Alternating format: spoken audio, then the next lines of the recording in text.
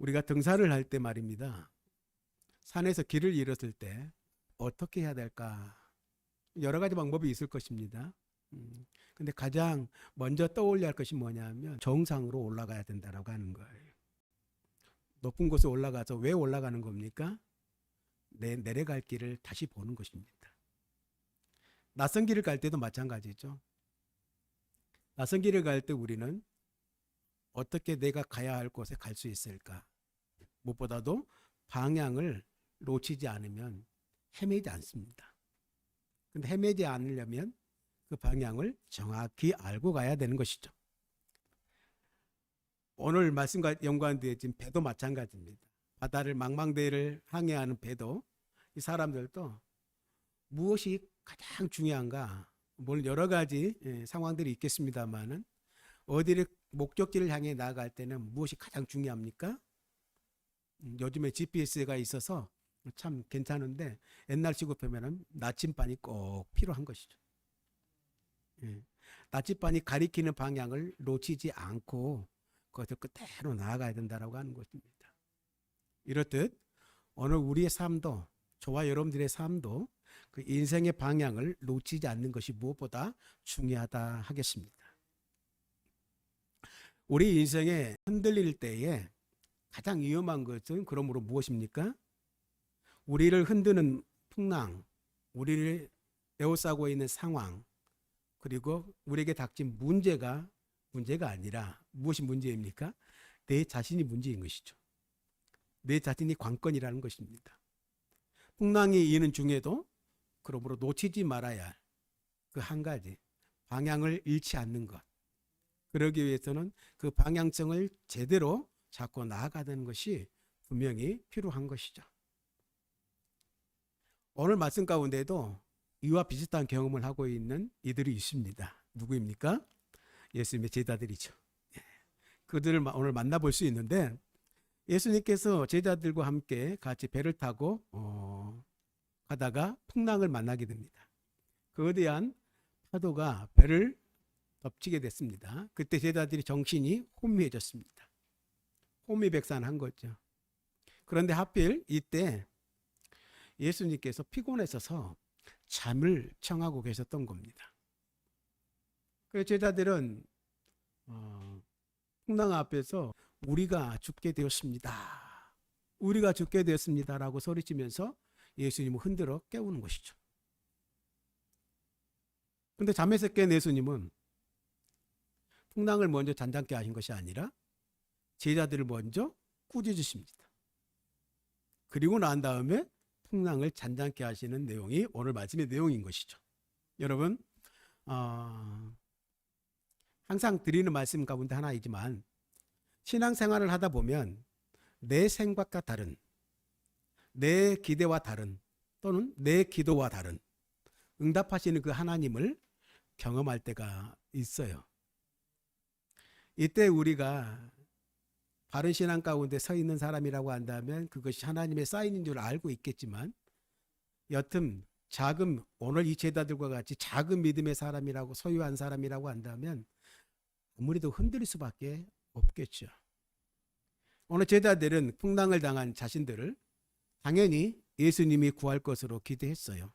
지금까지 예수님의 행보로 보면 이때까지 예수님의 모습을 보게 되어지면 당연히 예수님께서 자기들을 당신께서 알아서 구원해 주시길 원하셨대요. 그런데 예수님은 그 당시에 피곤해서 주무시고 계셨다라고 하는 거예요. 그게 제자들에게 있어서 낙심이 되어지는 것이죠. 주님은 믿을만한 분인가? 또한 이렇게 힘든 순간에 어느 주님은 어째서 나와 전혀 상관없는 분처럼 그냥 주무시고만 계시는가? 그 풍랑에 주무시고 있다라고 하는 자체가 이해가 안 되는 것이죠.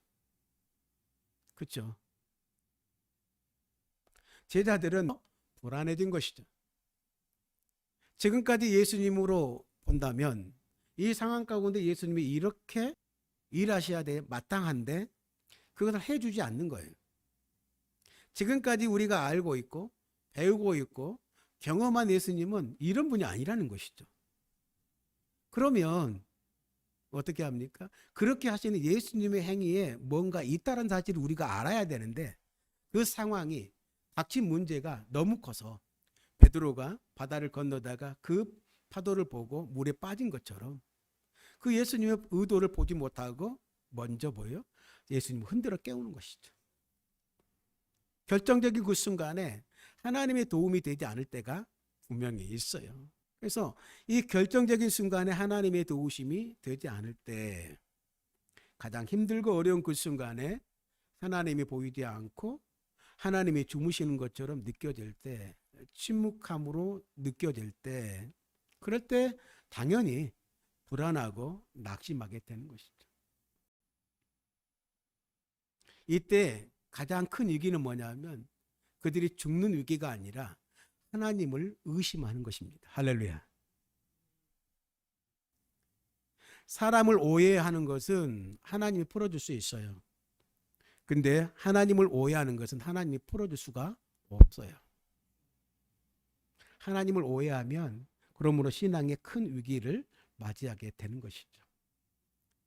오늘 이 제자들의 눈에 못마땅했지만 주님이 풍랑을 이기는 오늘 이 순간에 주무신다라고 하는 것은 우리 신앙의 나침반과 같은 의미를 품고 있습니다. 할렐루야. 위기가 닥쳤을 때 먼저 무엇을 해야 하는지를 그들에게 가르치고자 하는 예수님의 의도가 거기에 있었다라고 하는 것입니다. 예를 들어 봅시다. 이스라엘 백성들이 홍해 앞에 섰을 때에 모세는 그들에게 너희는 두려워하지 말고 가만히 서서 여호와께서 오늘 너희를 위하여 행하신 구원을 보라 라고 말씀하십니다. 다시 한번 읽을까요? 시작. 너희는 두려워하지 말고 가만히 서서 여호와께서 오늘 너희를 위하여 행하시는 구원을 보라 라고 말씀하십니다. 예수님은 오늘 이 제자들이 이것을 경험하기를 원했습니다. 예수님이 풍랑 가운데 주무신 것은 제자들이 잠잠히 하나님의 구원을 기다리길 바라셨기 때문이에요. 예수님이 하나님 되심을 믿는다고 한다면 제자들이 알길 원하신 것이죠. 예수님이 하나님 되심을. 같이 읽겠습니다. 너희는 가만히 있어 내가 하나님 됨을 알지어다. 오늘 예수님은 풍랑 중 가운데에서도 주무시지만 그는 누구이십니까? 하나님이십니다. 하나님이 계신데 어떻게 풍랑이 배를 덮칠 수 있겠냐는 것이죠. 제자들이 이 사실을 알았다라면 이렇게 행동하지 않았을 거예요. 그렇죠? 그들 가운데 믿음이 있었다고 한다면 오늘 예수님께서 하나님이야 라고 하는 그 믿음이 있었다라고 한다면 완전한 동의하는 그 믿음이 있었다라고 한다면 예수님이 주무신다고 하는 그 주무시는 것에 있어서 못마땅하게 여기거나 또한 예수님께 이렇게 이야기하면서 호들갑 떨지는 않았을 것이다 라고 하는 것이죠. 오늘 우리도 마찬가지인 것이죠. 실제로 풍랑이 일 때 우리가 할 수 있는 일은 없어요. 방향을 잃지 않도록 정신을 차리고 뭐예요? 하나님의 도우심을 기다리는 것밖에는 할 수 있는 게 없어요. 예수께서는 주무신지라 라고 하는 이 말씀은 어떻게 보면 그래서 우리에게는 참 은혜로운 말씀이에요. 인간적인 관점, 오늘 우리의 관점을 봤을 때는 예수님께서 주무시면 우리는 어떻게 되는 겁니까? 죽게 되지 않습니까? 그러니까 아실 수 있고 예수님을 원망할 수 있습니다. 그러나 예수님이 하나님이라고 하는 관점을 가지고 되어지면 왜 예수님께서 주무시는 겁니까? 이건 문제는 아무것도 아니야 라고 하는 것을 보여주는 사인이 아니겠습니까? 할렐루야. 예. 오늘 그런 관점에서 이 말씀을 접근하는 것이죠. 믿음의 눈으로 보면 풍랑 속에서 주무시는 주님은 우리를 불안하게 하시는 분이 아니고 신뢰할 만한 분이시라는 것이죠. 오늘 우리는 세상 가운데도 고수들을 봅니다. 믿음의 고수도 마찬가지겠지만 세상 가운데서 어떤 이든 어떤 일을 만났을 때는 정말 불안해하는 사람들이 있지만 어떤 사람들 그 문제를 똑같은 문제를 만났는데도 뭐입니까? 당당하게 그 문제를 해결하는 모습을 보게 됩니다. 그것이 무엇입니까? 저것을 알고 있다라고 하는 것입니다. 그 문제가 어떤 것인지를 알고 있다라고 하는 것이죠. 불안하고 떠는 사람들은 그 문제의 핵심을 모르는 것이죠. 오늘 주님께서는 그와 같은 내용을 갖고 있다라고 하는 것이죠. 믿음의 눈으로 보면 풍랑 속에서 주무시는 주님이야말로 풍랑으로 인해 우리의 마음이 요동칠 때 위로해 주시고 흔들리지 않도록 붙잡아 줄 수 있는 분이라는 사실을 우리가 보게 되는 것이죠. 그러나 이 믿음의 눈이 없으면, 이 제자들과 같은 그러한 형편이 되어지면 풍랑 중에서 주무시는 예수님은 우리가 볼 때에는 지금까지 아무리 어떤 일이 펼쳐졌을지라도, 예수님께서 어떤 모습을 보였을지라도 지금 당장 우리를 구원하지 않는, 우리를 이 위험 가운데 빠지게 하시는 예수님의 모습을 보면 그분은 항상 그냥 뭐예요? 무능력한 분으로 보일 수밖에 없는 거예요. 죽게 생겼는데 주무시니까 한심하기 짝이 없는 것이죠. 풍랑 중에도 주무시는 예수님은 어떻게 보면 평화로워요. 이와 대조로 몰아치는 그 풍랑과는 아주 대조적인 모습을 보여주고 있는 것이죠. 풍랑은 주님을 깨우지 못했습니다. 그렇지 않아요? 풍랑은 주무시고 계시는 예수님을 깨우지 못했어요. 그래서 풍랑 중에 주무시는 주님은 어느 우리의 삶 가운데서 인생의 항해에서 늘 바라봐야 할 나침반과 같은 분이라는 것이죠. 놓치지 말아야 할 나침반과 같은 분이라는 것이죠. 나침반은 언제나 변함없이 어디 쪽을 가리키는 것입니까? 북쪽을 가르치는 것이죠. 나침반은 언제나 변함없이 그 북쪽을 가르치는데 나침반을 놓치지 않으면 방향을 잃지 않게 되어 있습니다. 할렐루야. 우리가 믿음의 사람으로 하나에 대한 공동체이기 때문에 이 믿음의 그 목적이 무엇인가라고 하는 것을 깨달았을 때 주님을 놓치지 않는 것.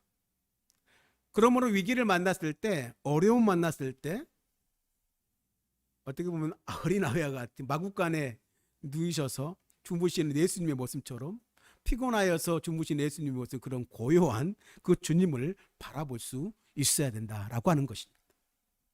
제자들이 죽게 되었다라고 야단을 할 때 주님은 전혀 요동하지 않고 평화롭게 주무시고 계셨다라고 하는 것입니다. 결론적으로는 그 풍랑은 주무시는 예수님을 깨우지 못했다라고 하는 거죠. 그것을 어떤 것을 반증하는 것인가? 이 풍랑은 나를 애워싸지 못한다. 침범하지 못한다. 죽이지 못한다. 나와 함께 있는 너희들은 안전하다라고 하는 것입니다. 왜? 왜요? 예수님은 하나님이시기 때문입니다. 믿음의 눈이 없으면 함께 하시는 그 예수님이 보이지 않게 되어집니다.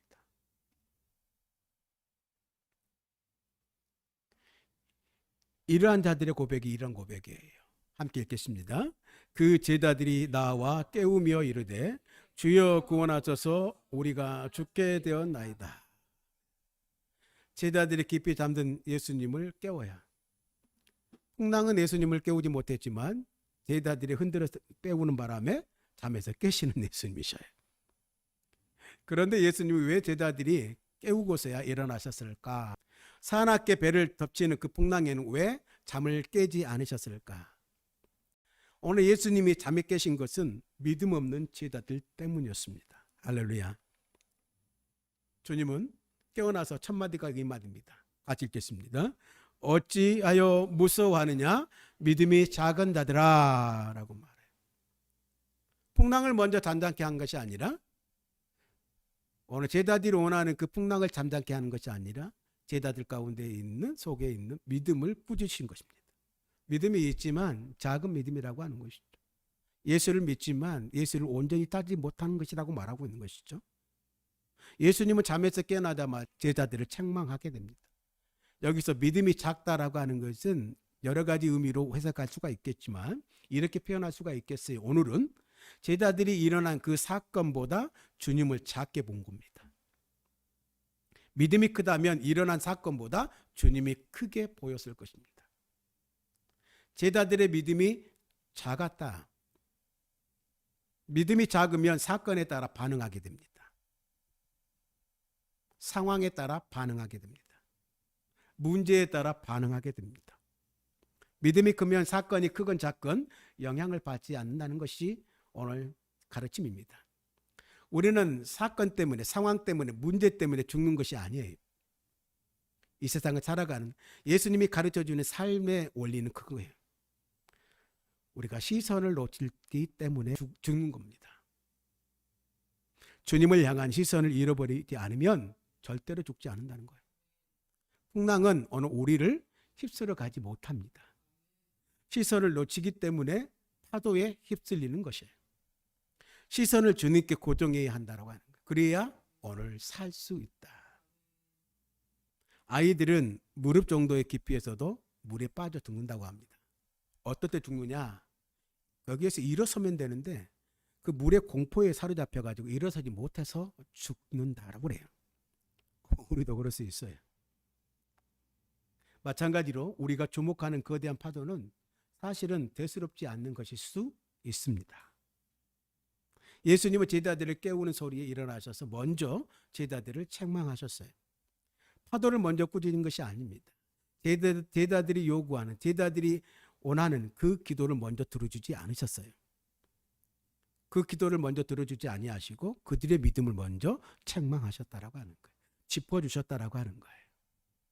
풍랑이 문제가 아니라는 것이죠. 믿음이 문제였다라고 하는 것을 사실적으로 예수님은 제자들이 책망하시면서 말씀해 주신 것입니다. 풍랑이 문제라고 한다면 주님은 먼저 풍랑을 잠재웠을 것입니다. 그러나 풍랑이 문제가 아니었다라고 하는 것을 예수님이 오늘 순서의 역전을 통해서 말씀해 주고 계시는 거예요. 믿음이 문제였어요. 믿음이 있으면 풍랑은 전혀 문제가 되지 않은 거예요. 이 풍랑은 믿음에 대한 이야기인 것입니다. 예수님은 풍랑을 잠재우기보다 먼저 이 제자들을 마음을 잠재우셨다. 믿음을 잠재우셨다. 그리고 풍랑을 잠재우십니다. 같이 읽겠습니다. 곧 일어나서 사람과 바다를 꾸짖으시니 아주 잔잔하게 되거늘. 예수님이 꾸짖으시니까 바람과 바다가 한순간에 잠잠하게 됩니다. 이것이 하나님이라는 증거죠. 주님의 명령에 바람과 바다가 숨을 죽입니다. 풍랑이 있는 바다 위에서 주님은 주무셨고 주님의 한마디에 바람과 바다가 잔잔해졌다. 그러면 예수님께서 타신 배에 왜 풍랑이 일었을까? 왜 예수님은, 왜 주님이 타신 배가 이 풍랑을 만나게 되었을까라고 하는 것을 우리가 또 생각을 해봐야 합니다. 예수님이 제자들을 시험하시기 위함입니다. 할렐루야. 왜 시험하는가라고 하는 부분들은 계속 들어보시면 아시게 될 겁니다. 제자들이 예수님을 따른다고 하는데 예수님을 따를 만한 믿음의 제자들이 있는가를 테스트하는 말씀인 것이죠. 상황이었던 것입니다. 오늘 이 본문에 속해 있는 마태복음 8장 1절부터 보게 되어지면 많은 무리들이 예수님을 따랐어요. 예수님과 제자들이 바다를 건너기 전에도 무리가 예수님을 에워쌌습니다. 많은 사람들이 예수님이 행하신 기적과 능력에 열광하고 그를 따르기 시작했어요. 예수님은 그래서 겁도 없이 주님을 따르겠다라고 하는 사람들을, 그들을 시험하십니다. 그 첫 번째 사람이 한 서기관인데, 한 서기관이 예수님을 따라와서 뭐라고 말하냐면 8장 19절에 선생님이여 어디로 가시든지 주님을 저는 따르겠습니다 라고 했죠. 그때 예수님은 그가 왜 자신을 따르고 싶어 하는지 아시고 그에게 이렇게 말씀하세요. 함께 읽겠습니다. 여우도 굴이 있고 공중에 새도 거처가 있는데 인자는 머리 둘 곳이 없다라고 말씀하시는 거예요. 아마 예수님께서 이런 말씀을 하시는 것은 서기관에게 있어 가장 중요한 것을 건드리신 것입니다. 그들의 믿음으로 나를 따를 수 있는가라고 하는 부분들을 테스트하는 것이거든요. 그렇기 때문에 예수님께서 그냥 무작정 하신 말씀이 아니라는 것이죠. 또한 더불어서 또 한 제자 중에 하나가 이렇게 물어요. 같이 읽겠습니다. 시작. 제자 중에 또 한 사람이 이르되 주여 내가 먼저 가서 내 아버지를 장사하게 허락하소서라고 말하니까 예수님은 그에게 이렇게 도전하십니다. 같이 읽겠습니다. 22절 시작. 예수께서 이르시되 죽은 자들이 그들의 죽은 자들을 장사하게 하고 너는 나를 따르라 하시니라. 아멘. 그 제자는 예수님의 이러한 도전에 아무런 대답을 하지 않고 끝나버립니다. 지금 8장은 예수님을 따르고자 하는 그들의 가운데 진정 나를 따르고자 하는 건데 너희가 믿음이 있느냐, 그러한 확신이 있느냐라고 하는 것을 계속 테스트하고 있는 것입니다. 그 과정 가운데 오늘 바다를 건너는 데 더불어서 거기에 풍랑이 일어난 것입니다. 그 풍랑을 통하여 오늘 제자들의 믿음을 테스트하고 있다라고 하는 것을 보게 됩니다. 배에 오르심에 제자들이 따랐더니 라고 말합니다. 많은 사람들이 예수님을 따르겠다라고, 예수님을 쫓겠다라고, 그러나 배에 오른 사람은 제자들뿐이었다라고 하는 거예요. 많은 무리가 말로는 따르겠다고 했어요. 서기관도 그랬고 한 제자도, 익명의 제자도 그랬어요. 진심으로 주님을 따르지 못한 거예요. 이제 예수님은 아무 조건 없이 예수님을 따르고 있는 제자들이지만 그들의 믿음을 시험해 볼 필요가, 왜 시험하는 것입니까? 시험은 그들의 성적을 향상시키기 위한, 그들을 점검하고 향상시키기 위한, 성장시키기 위한 하나의 도구인 것이죠. 성경에도 마찬가지인 거예요. 예수님도 마찬가지인 거예요. 그들을 따르고 있는 예수님은 물론 그들의 믿음의 수준을 너무나도 잘 알고 계시는 하나님이시죠. 그렇지만 그들의 믿음의 현주소를 그들이 볼 수 있도록 보여준 것입니다. 오늘 우리에게 하나의 익스템플, 하나의 샘플을 우리에게 보여주시는 것이에요. 너희들도 이렇게 시험하면 너희들이 어느 정도 너희의 믿음의 성적표를 내게 보여줄 수 있느냐라고 보여주고 있는 거예요. 지금 다른 사람들은 나를 따르겠다라고 말로만 그렇게 이야기했지만 그들은 따르지 않았다. 그러나 제자들은 따르고 있다. 따른다고 해서 그게 다 제자가 아니다 라고 말하고 있는 것이죠.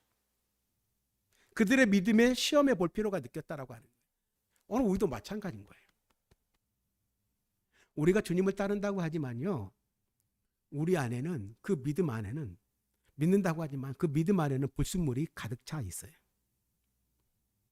주님을 위해 일한다고 하지만 어떻게 보면 나 자신을 위해서 하는 경우가 있어요. 오늘 이 제자들이 그런 모습이거든요. 주님을 위해 산다고 하지만 불순한 의도가 그들 안에 숨어 있었어요. 하나님의 영광을 쫓는다고 하지만 자신의 영광을 쫓는 제자들의 모습을 우리는 뒤의 모습 속에서 보게 됩니다. 정말 주님을 따르려고 하는 마음이 진짜 주님을 사랑해서 주님을 하나님의 아들로, 하나님으로 내가 생각해서 따라가는 것이냐라고 묻고 있는 거예요. 예수님은 풍랑으로 제자들을 흔들어 놓습니다. 너희들이 정말 나를 구하고 바라고 나를 믿고 따르겠느냐? 아니면 나를 통해 무언가를 얻기 위해 따르고 있는가? 라고 묻고 계신 것입니다. 말로는 그렇다고 대답하지만요, 정말 그런가를 묻고 계신 거예요. 내가 진짜 나를 따르는 사람이냐? 라고 묻기 위해서. 다른 사람들은 말로만 따른다고 하면서 다 떠났다. 예수님이 탄 배가 그래서 풍랑을 만나게 된 겁니다. 그런데 이 제자들의 행동이 가관이었잖아요. 제자들은 풍랑을 만나자 몹시 당황했죠. 왜 그렇습니까? 자기들은 주님, 이때까지 초두에도 말씀드렸던 것처럼 이때까지 예수님이라고 한다면, 예수님이 함께 하시면 기막힌 일들이 일어날 줄 알았는데 기도와는 전혀 다르게 풍랑을 만났기 때문이에요. 그야말로 죽게 됐어요. 다시 묻습니다. 주님이 타신 배가 왜 풍랑을 만났습니까? 왜 풍랑을 만나야만 했습니까? 제자들의 이 같은 허망한 생각을 깨뜨리기 위해서 만나게 된 겁니다. 생각을 깨뜨리기 위해서. 오늘 우리가 신앙생활 가운데에서, 믿음 생활 가운데에서 만나게 되는 최대의 위기가 뭡니까? 제자들이 만난 풍랑과 같아요. 예수님을 믿으면 잘 돼야 되고, 왜 어려운 일이 생기는가? 왜 고난이 찾아오는가? 우리의 허망한 생각을 깨뜨리기 위해서 이 위기가 오고 고난이 온다는 사실을 우리가 알게 되는 것입니다. 저와 여러분들의 삶 가운데, 우리의 인생 가운데 몰아치는 풍랑이 바다 위의 배와 같아요. 흔들리지 않으면 세상이 아니죠. 흔들리지 않으면 우리의 인생이 아니죠. 세상의 것은 아무리 견고해 보여도 흔들리게 되어 있다라고 하는 것입니다. 바다에 잠시 파도가 잔잔해진 것뿐이지 바람이 일면 흔들리게 되는 것이죠. 하나님은 때로 우리를 흔들어 놓을 때가 분명히 있다라고 하는 거예요. 그것이 어떤 것이든, 어떤 상황이 생기든 문제가 생기든 관계에서 생기든 하나님은 흔들어 놓을 때가 있다라고 하는 거예요. 흔들린 것을 바라보고 살면 일평생 흔들릴 수밖에 없는 것이 우리의 모습이에요. 흔들리는 세상 가운데서 흔들리지 않는 삶을 살기 원한다면 흔들리지 않는 것을 바라보아야 된다라고 하는 거예요. 그 흔들리지 않는 그것이 무엇입니까? 오직 예수 그리스도이신 것이죠. 할렐루야. 물론 저와 여러분들은 오직 예수 그리스도만을 바라보기로 작정하고 믿음으로 고백한 사람들입니다. 그렇지만 우연치 않는 세상의 흔들림 속에서 우리는 같이 흔들릴 때가 많다라고 하는 거예요. 어느 주님은 그 흔들림을 주신 이유가 뭐냐면 그 믿음이 확고해지기 위하여 그 흔들림의 시험을 주신다는 사실이죠. 제자들이 만난 이 풍랑처럼 주님이 다시 배를 타고 주님을 따른다라고 하는 것은 무슨 의미일까? 주님이 하시는 대로 따라하겠다라고 하는 거예요. 따르겠다라고 하는 거예요. 할렐루야. 이렇게 생각할 수 있을 것 같아요. 따라서 한번 해볼까요? 주님이 주무신다라고 하는 것은 믿음을 가지라라고 하는 신호이다. 시작. 어떤 믿음이요? 더 확실한 믿음이요. 예수님을 따르겠다고 말로만 한 사람들은 떠났어요. 함께 하지 않았어요. 그렇지만 예수님과 함께 하겠다라고 하는 그 제자들은 함께 그 배 위에 있다라고 하는 것이죠. 근데 그 믿음이 견고치가 않았다라고 하는 거예요. 확실치가 않다라고 하는 거예요. 확실한 믿음을 가지라고 하는 신호예요. 오늘 말씀으로 이야기한다면 더 큰 믿음을 가지라라고 말하고 있는 거예요. 풍랑 중에도 주무시는 주님은 바람과 바다를 한순간에 잠잠케 하시는 만드시는 하나님이시기 때문입니다. 제자들은 배를 집어삼키듯이 달려드는 풍랑의 크기만 보고 기겁했지만 예수님이 얼마나 큰 분이신지를 보지 못한 것이죠. 후에 베드로처럼. 제자들은 예수님이 풍랑 중에도 주무신다라고 한다면 그분이 얼마나 크신 분인가를 알았어야 됩니다. 그렇지만 그 예수님이 어떤 분인지 어떤 하나님인지 알지 못했다라고 하는 것에 오늘 방점이 있는 것이죠. 오늘 우리 삶 가운데 우리의 인생은 우리가 바라보는 쪽으로 기울어지게 돼 있어요. 동의하십니까? 바라본다라고 하는 것은 내가 좋아하는 것이죠. 내가 사랑하는 것입니다. 내가 원하는 것에 오늘 기울일 수밖에 없는 것이에요. 우리가 바라보는 곳에 우리의 마음이 빼앗기지 마련인 거예요. 나의 시선이 머무는 그것이 어떻게 보면 크게 보면 인생의 결론이 되어집니다.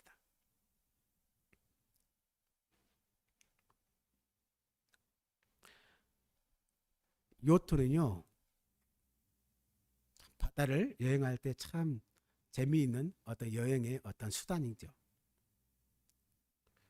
요트는 그래도 복원력이 상당히 매우 우수하다고 합니다.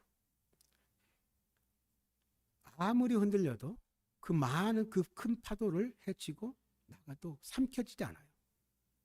중심을 잡고 앞으로 나간대요. 그 이유를 보고니까 뭐냐면 배 밑쪽에 배의 중심을 잡아주는 납덩어리가 요트가 한쪽으로 쏠리는 현상을 막아준대요. 그래서 흔들리더라도 마치 오뚜기처럼 중심을 잡게 된다고. 그래서 오늘 요트는 작지만 넓은 바다를 항해할 수 있는 훌륭한 도구가 된다라고 하는 것이죠. 저는 이렇게 생각해요. 이것이 바로 믿음이 아닐까라는 것이죠. 믿음은 우리가 한쪽으로 쏠리지 않고 균형을 잡도록 복원시켜주는 중요한 역할을 하는 신앙적인 도구다라고 하는 것이죠. 풍랑이 거대하게 몰려올 때도 풍랑만 바라보면 한쪽으로 쏠리게 마련인데, 이때 믿음이 한쪽으로 쏠리는 우리를 뭐예요? 복원시켜주는 것이죠. 이 믿음 때문에 우리는 넓은 바다를 향해 나면서 침몰하지 않는 거예요. 믿음은 전능하신 주님을 바라보고 주님을 확실하게 신뢰하는 거예요. 그것이 끝까지 신뢰하는 것이 바로 믿음인 줄로 믿습니다. 말씀을 맺겠습니다. 예수님은 마침내 오늘 풍랑을 잔잔케 하심으로써 제자들을 그 어려움 속에서 건져주셨어요. 그러나 예수님이 풍랑에서 제자들을 건지시는 것이 중요한 게 아니었다는 사실은 우리는 기억해야만 합니다. 중요한 것은 풍랑이 일 때 요동하지 않고 주님만 바라보는 훈련이 중요하다라고 하는 거예요. 풍랑은 한 번으로 끝나지 않을 것이기 때문에. 바다를 항해하는데 풍랑이 한 번만 뿐이겠어요? 그렇죠? 여러분들의 인생의 바다를 항해하는데 풍랑이 한 번뿐이겠습니까? 그렇죠?